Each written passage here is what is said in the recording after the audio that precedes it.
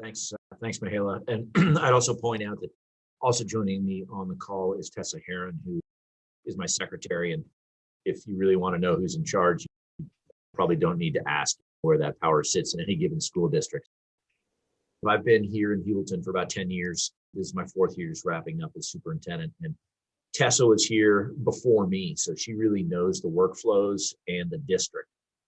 We've had forms that we use because we use them. And in a busy environment, the easy thing to do is just grab that pink form because that's the form that you use when you make building requests.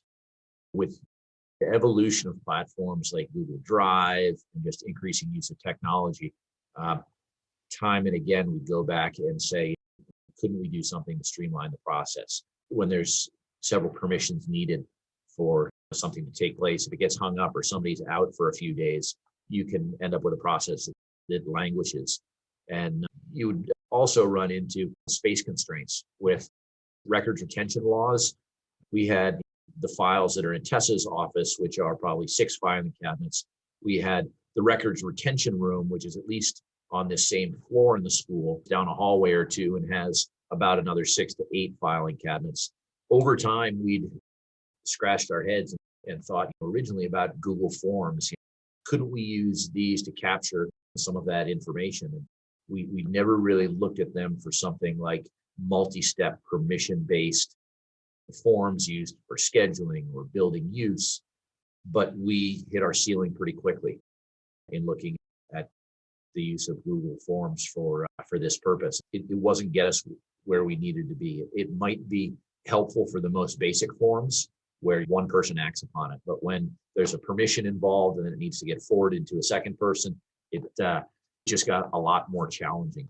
And we really took our time, and Tessa was great in that in terms of looking into Google Forms and working with BOCES staff or kicking the tires on vendor products and arranging phone calls and digging deep on the pricing. But we didn't get to a point that we felt comfortable moving forward.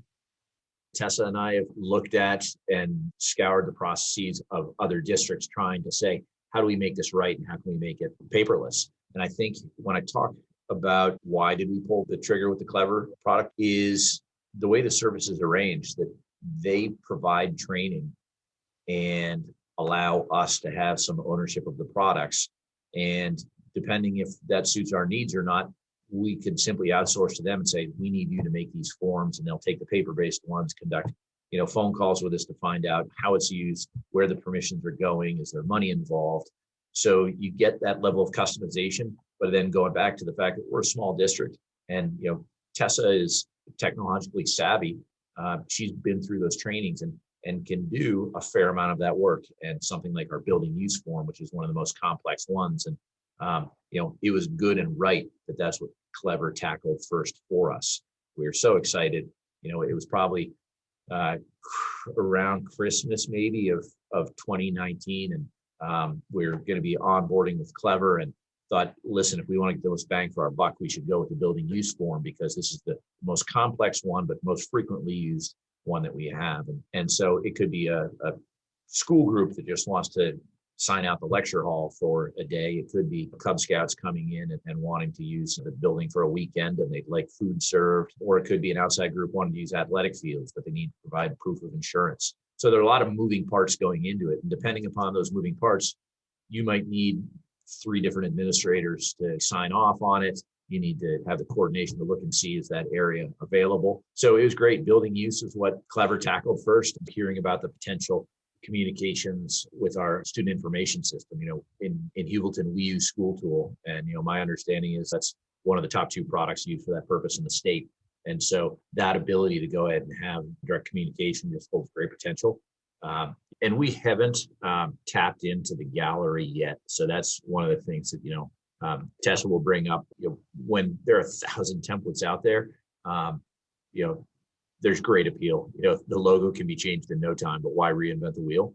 And, again, going back to the paper that we used those forms because it's what had been used. There was nothing really that was new and different or innovative. But just by making it electronic, it streamlines and saves tremendous efficiency. And so if we can then look at those other sample documents that accomplish similar tasks, but in different ways, that's what we're really looking forward to for next steps. Mihaela, Tessa, what am I not hitting on about the journey that I should be? So I want to be mindful of our time because I'd love to show folks the building use form. So this used to be your building use form. Let me pull it up here.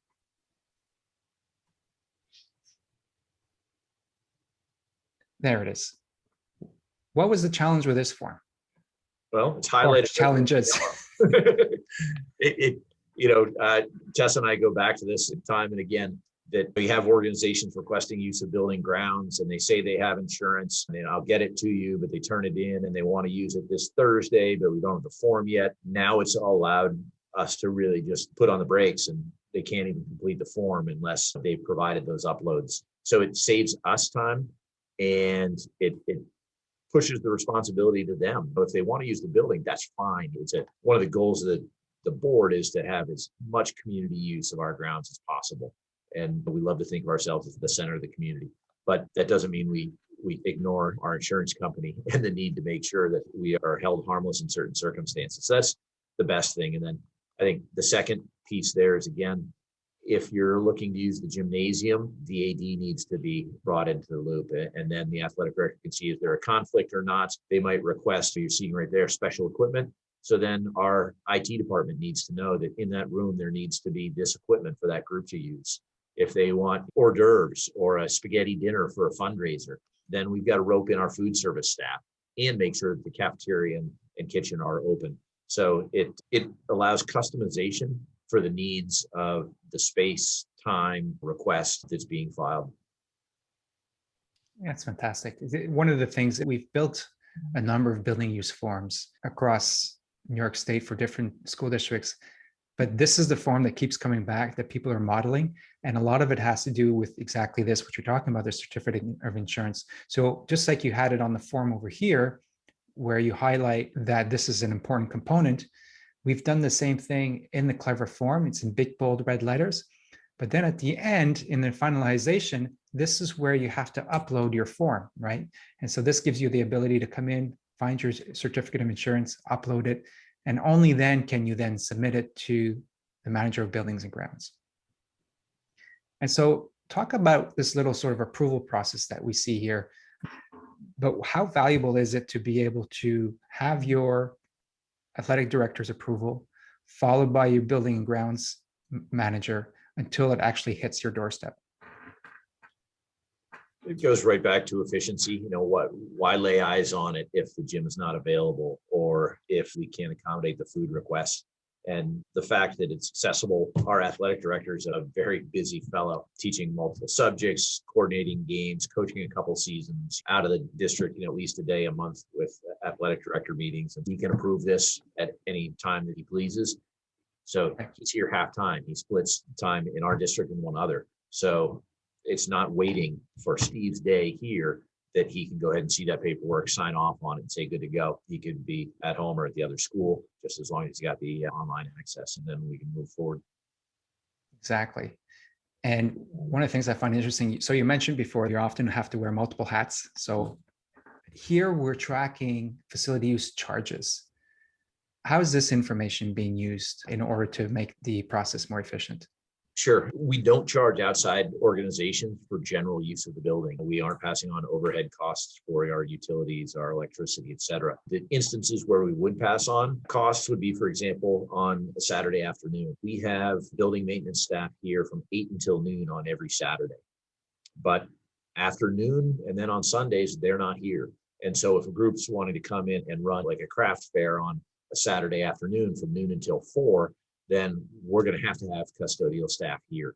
And this just allows us to know upfront what those costs are. It's transparent with the organization that this is a pass-through cost that they're going to have to assume. Fantastic. Tessa, anything to add to this form?